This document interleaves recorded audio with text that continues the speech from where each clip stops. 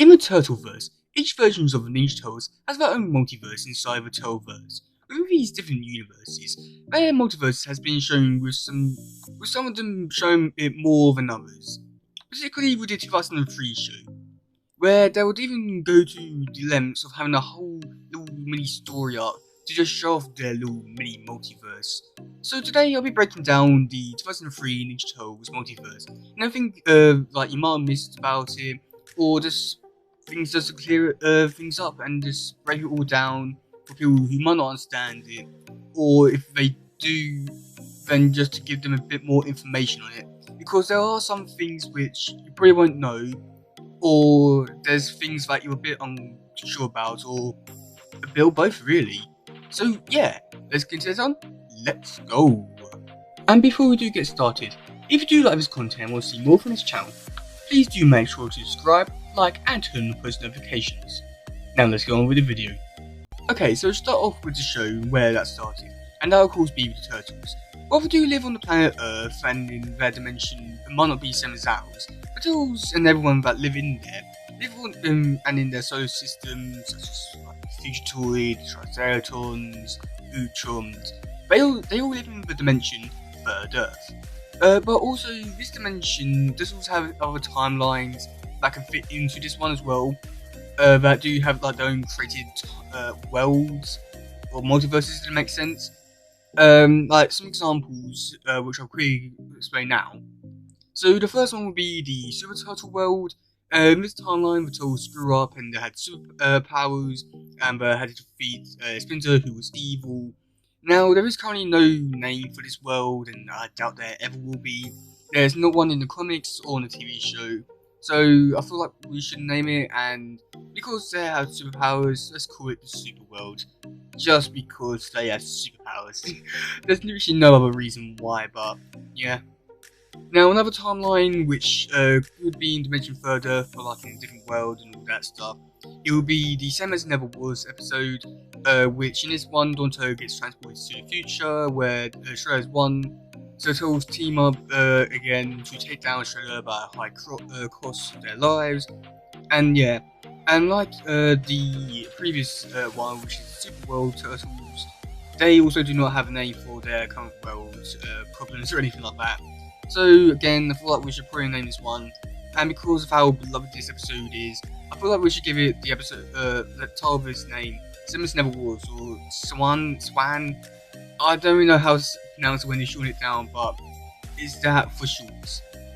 Now here's another one which you might probably not know of, and is a bit weird if you don't really know about it, but it's the tmnt 2003 comics. Now, why might it appear that it is part of the 2003 universe and that good stuff, and trust me, I really wanted to be in there.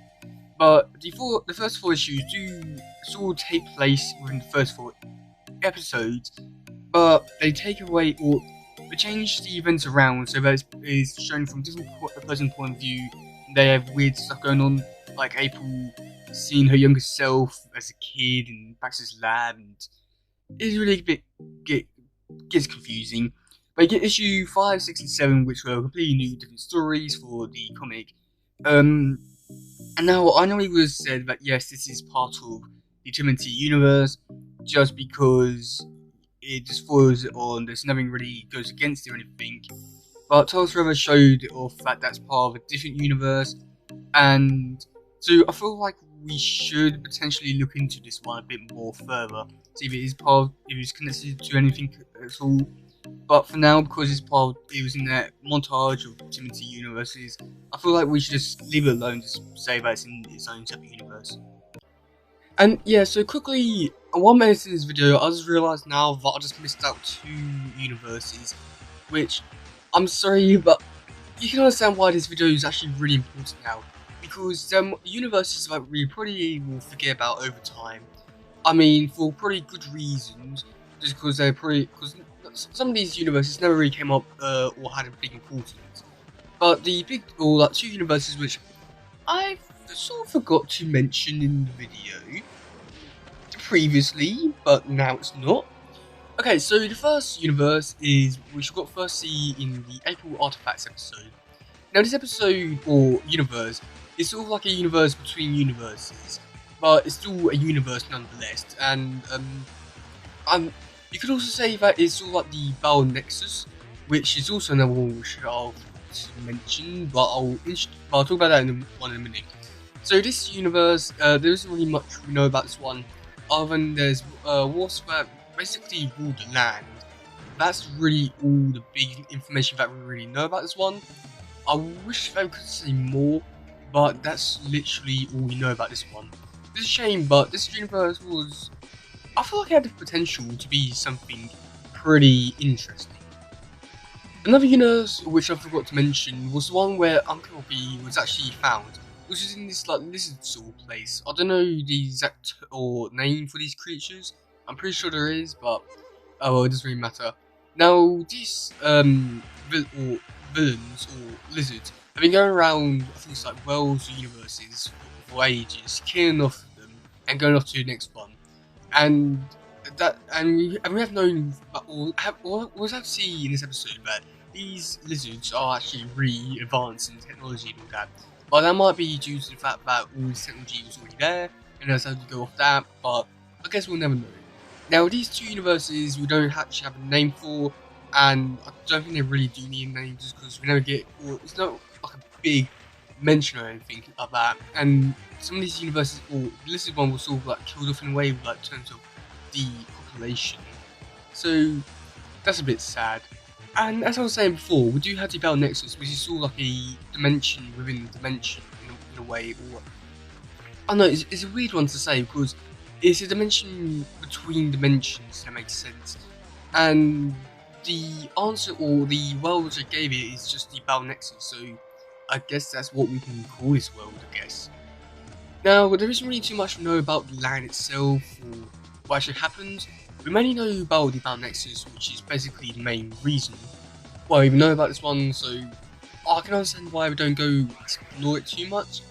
But, you know, it's fair. Now, I'll let you continue on watching the already previously recorded me. So, yeah, have fun!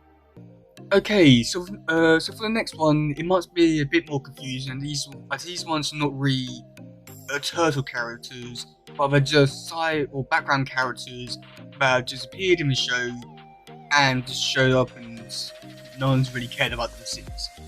Okay, so the first one we should talk about is Yusuke Jimbo, and he comes from the dimension Second Earth. So, in this universe, he gets explored quite thoroughly in episode Real World Part 1, where Lino gets teleported to Yusuke's world, and you get to see loads of his universe where, like, it's just, I mean, not gonna lie, just fields.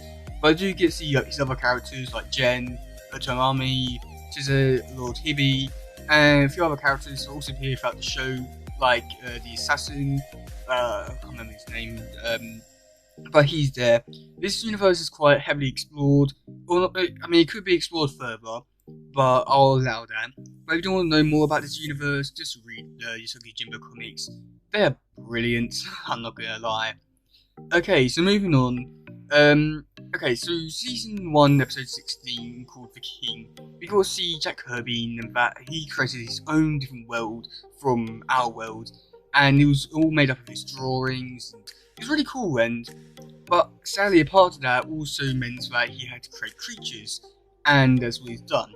Now, we later discovered in the Big Brawl episodes that this universe is called Ibrik, and even though his monsters got out to the universe, why didn't the king get out? You know, is he dead? It's sad to say that, but you never know. But that's also something that's really wondered me. And, oh god, this is not giving me much hope now after making this video. Oh god, here we go. Okay, so moving on, we got another character called La from Dimension Gillabax, but her or dimension was never really called a dimension. It's just called Gillabax. I think it's like called Gillabax. So yeah. Now with this character and her universe, I'm pretty sure it's a female. We don't know anything about her like her society, her world, anything like that. So what we know from the show is what we've been seeing. We don't even know if she can speak or anything. But what we do know is that she's a very powerful and skilled warrior, because she was able to make it up to the like near the final ranks of or the final tournament. And she held Traxxas out in the revolution. And we never saw her again. Did she even go home? Is she dead? Oh god, not another one. And yeah, so moving on, we got another character who has the bar knife for his arm. Really useless character. He's called Zat. I never knew that, but there he is. So this character is from a really strange dimension called Dimension Centa Yunulu. I'm pretty sure I messed it up by saying it, but at least I tried, right? Okay, so yeah, so not gonna lie, this character was useless, and if he died, I would not care. But also at the same time, this character we knew absolutely nothing about, as we don't know anything about his society, his people, his universe.